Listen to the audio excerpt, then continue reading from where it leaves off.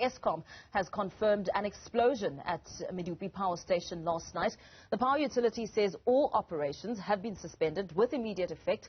No injuries were reported, but 7 employees are being treated for shock. For more on this and what it all means, I'm joined now by energy expert Chris Yelland. Chris, a very good morning to you. Thank you so much for your time. It sounds frightening that an explosion occurred. What exactly could be the impact? Yeah, first of all, to say the explosion occurred at 10 to 11 last night, whilst a unit was shut down. That's unit number 4, and they were busy purging this generator of hydrogen, which is used as a coolant in the generator prior to working on the generator. And there was apparently a hydrogen explosion that resulted, and people were treated for shock, although, as you say, it appears that nobody has been seriously injured. At the same time, another unit, that's unit number 5, tripped out. So 2 units were down. Eskom's forensic team, investigations team, is on site looking at the cause of the explosion.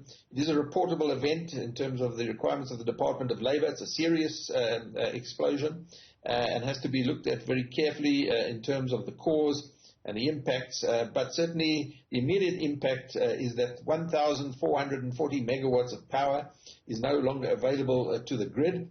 Eskom is hoping that Unit 5 will be back online shortly after they've established that there is no significant damage to Unit number 5, and hopefully that will come on today, which will mean that tomorrow there will only be 720 megawatts less generation available than there would have otherwise been.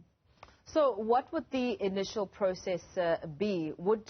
Does this essentially translate to the explosion and an immediate lights out in several parts of the country? No, it doesn't mean lights out in several parts of the country at all.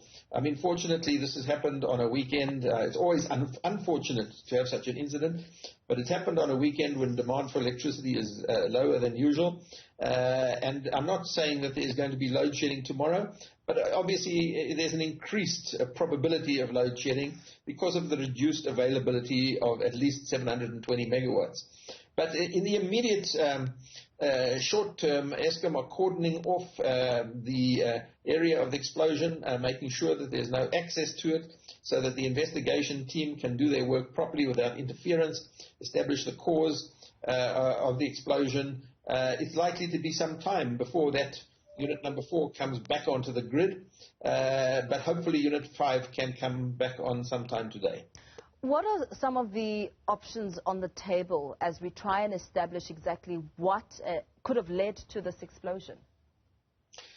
Yeah, look, in the meantime, a power system should be resilient enough to handle certain incidents like this. So it's not a case that every time there's a problem on a generator we should run into load shedding. But we do know that that supply and demand are particularly tight at the moment because of poor availability of Eskom generation capacity. But it really just means that the situation has to be managed very, very carefully. And if there are other incidents or outages on other generators coming simultaneously with this, it really does increase the possibility of load shedding. But as I say, it's not abnormal for generator units to trip out. It is abnormal to experience hydrogen explosions. This should not happen, and we don't know the reason for it yet. It would be premature to even speculate until the investigation team have done their work. As I read the media statement that Eskom has sent out, Chris, there's a part that speaks about, informing the public that Unit 4 at Medupi Station has experienced an explosion. And then it speaks about Unit 5. The incident is suspected to have resulted in Unit 5 tripping. It's a lot of technical jargon.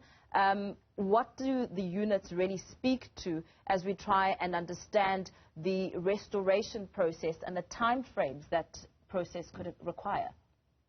Yeah, so just remember there are 6 generator units at Madupi, all of which have been placed in commercial service. The explosion occurred on unit number 4, and simultaneously one of the other generators, unit number 5, switched off. Now, it doesn't appear that there's any significant damage to unit number 5.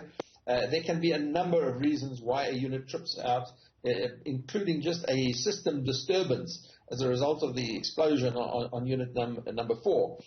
So there is no apparent damage to unit number 5, but before you can switch it on, things have to be checked very carefully to make sure there is not damage that is not immediately obvious. That's why the investigations team have got to come out there, the engineers, the technicians have got to really take a very close look at unit number 5. Why did it trip out?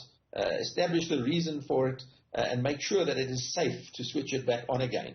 That could take a day. If they find something more serious, it could take longer. But what I'm told is that Eskom are hoping and expecting that unit number 5 will be back online shortly. And before we let you go, Chris, what are the big challenges that the public should be aware of when it comes to this situation and the history of Eskom, the power utility, and its struggles, which could, further exacerbate the national power grid? Yeah, I think you may remember only a few days ago, Eskom proudly announced that an important milestone had been reached with the last unit at Madupi put into commercial service. And yes, indeed, it is a milestone. But I think we have to remember that this is not the last milestone at Madupi. The job is not done. There are many more milestones that have to be completed at Madupi, including, for example, the rework of a number of design and execution problems that have been apparent at Madupi and also at Kusile as well. So Eskom have indicated that the work on this rework, the fixing of the design problem, is going to take another 2 years. And more than that, at Madupi, they've got to still install the pollution control equipment, that is the so-called flue gas desulfurization equipment, which is going to take another 10 years, well, up to about 2030. So the job is far from complete, and I think this is a message that the plant is not performing as it should. The energy availability factor at Madupi for this first 7 months of this year is only 63%, while a new plant should be performing with an availability of 85 to 90%. So it's performing well below par, and that's why they have to do this rework to get things, to get this plant to perform like new plant. That is what is needed. Mm-hmm.